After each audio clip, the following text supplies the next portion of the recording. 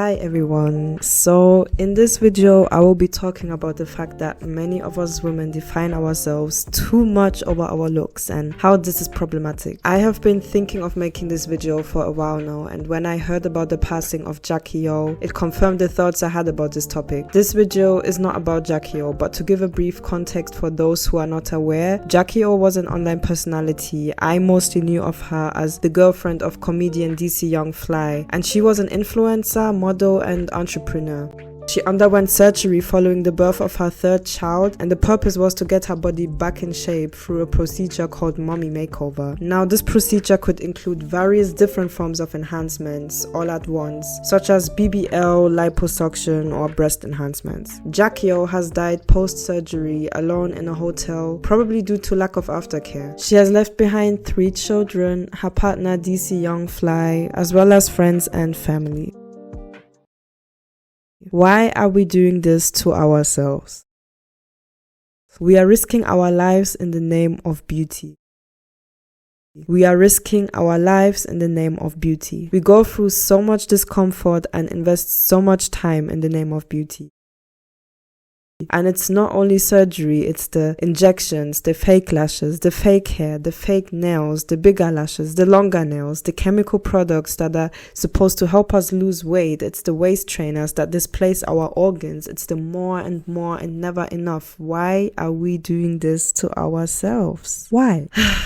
As I was thinking about this question, why, I came up with answers, and one of them was the fact that it all starts with society, the society that we live in. You know, historically and as of current, a woman's value is centered around her beauty. Throughout history, us women have been objectified and reduced to our physical appearance, which has perpetuated beauty standards, prioritizing specific features or body types, leading to very unrealistic expectations. These standards have been putting women under pressure to conform, and as a result, making them willing to go through great and painful lengths to achieve any desired looks. For example, in ancient China, small and delicate feet were considered desirable, and it resulted in the engagement of foot binding practices to prevent growth of young girls' feet.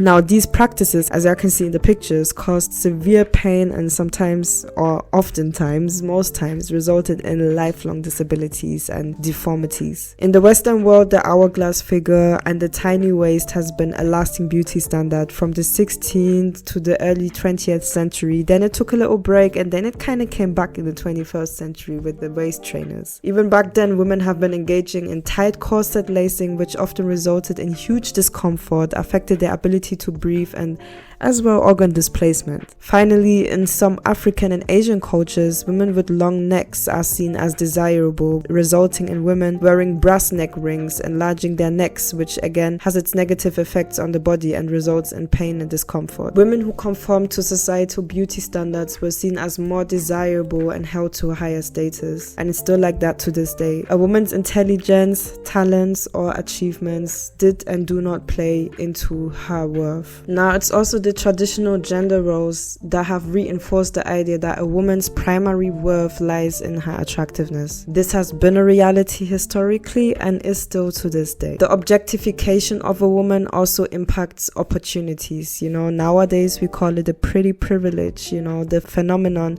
of a woman who is more attractive, having more successful social interactions and having access to more opportunities career-wise. This is when we talk about pretty women or pretty girls getting into the club for free, getting things for free, or finding it more easier to make friends just based on the fact that they look good. This reality reinforces the pressure, of course, for women to look desirable and therefore conform to beauty standards, because certain privileges come with looking good. Then we have the beauty industry exploiting women's insecurities and monetizing beauty standards. Through advertisements, media, and products, beauty ideals and standards are being reinforced, encouraging women to invest time and money in enhancing their appearance to meet beauty ideals. It's a vicious cycle. Now, I was thinking about the root of all of this, you know, the root of why our society operates in this way, and I came to the conclusion that an important point about society's objectification of women is the fact that this is a result of the patriarchy. Ever since 4K BC, around about that time, when we have moved away from the matriarchy and transitioned into patriarchal societal structures where men became became dominant, us women have been doing everything to please the male gaze. All the beauty standards and practices we engaged in as a result are rooted in what women think men want and the need to be regarded as worthy in a man's eyes. And even though women swear up and down that they engage in these practices quote unquote for themselves, then I just want to throw this question into the room. If tomorrow no man would exist on this earth, only women, would you still get your BBLs, knowing that women will not care about your enlarged buttocks? If we are all honest with ourselves, deep down we engage in certain beauty practices because we want to be desirable and appealing for men. It's a reflection of the patriarchy. Now, what does this do with us internally? We women end up defining ourselves over our looks. We end up investing a lot of time and effort into how we look, and social media has intensified the pressure. We now got the chance to create an image of ourselves that we consider ideal, and we get to choose what we show about ourselves. This led to everyone only showing their best when they look their best because that's how everyone wants to be perceived. It created a toxic culture of perfectionism where women want to adjust their looks for their best presentation for social media. And we received the opportunity and easier access to monetize our beauty now through influencerism, where your beauty now becomes your currency and opens up career opportunities, access to wealth and material success, and access to not only approval from your immediate circle but the entire world. So we end up drawing our sense of self-worth over our looks more and more. We make it an integral part of our identity. We use it to get approval by others, making us feel worthy, and that approval is also often being sought from men. When you don't love yourself and have lower sense of self-worth, it could happen that as a woman you seek approval from men through your looks. How is all of this a problem? First of all, because looks change. Looks change. We get older, we bear children, our faces will change, our bodies will change. It is inevitable. If you have been a woman who throughout her life has defined herself over her looks, or where your looks played an integral part in your career even, as your looks change, you will lose your sense of identity and self-worth. This is why we see celebrities getting more beauty enhancements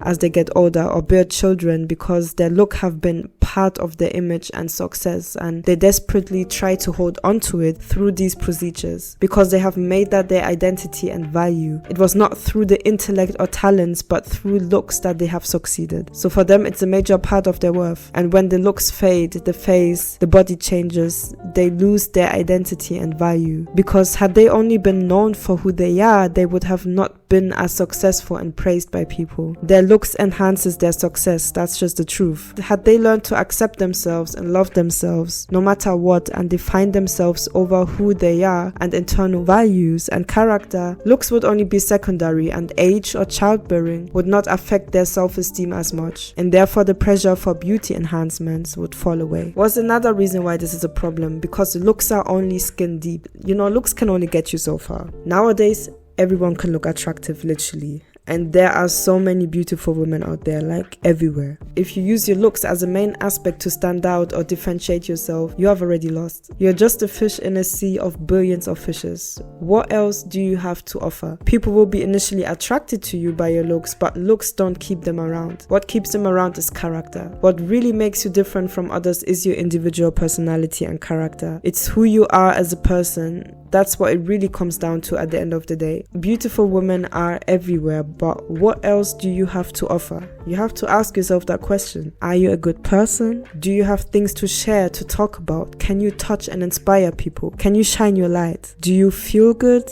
Do you have love inside yourself? Who are you when you are alone and you look yourself into the mirror? That's what it comes down to at the end of the day. So to conclude this video, at the end, we all need to change, as always. We all need to practice self-love and acceptance towards ourselves and towards each other. Women need to love themselves and stop chasing for approval in the outside world. We need to explore ourselves, get to know ourselves, become ourselves, and love ourselves. When you are at peace with yourself, you do not have anything to prove to everyone. Therefore, not caring to play into any societal pressures either or standards. You would know that you are enough no matter what. And as women, we would not feel the need to seek approval from men, and therefore not listen to whatever they say they want or don't want a woman to look like. People's preferences are as individual as their personalities, and everyone likes something else. So all you can do really is to be yourself and be the best version of yourself at that, and someone will appreciate you for yourself. If we internalize and implement the truth that we are more than our looks, then we would stop risking our lives in the name of beauty. So I hope you liked this video and that some of the things here said resonated with you. If they did, then please feel free to leave a like and subscribe. You know, this channel will be all about interpersonal topics and healing. So let's build a community. Let's connect and share our own experiences with each other and help each other heal. Let's do it.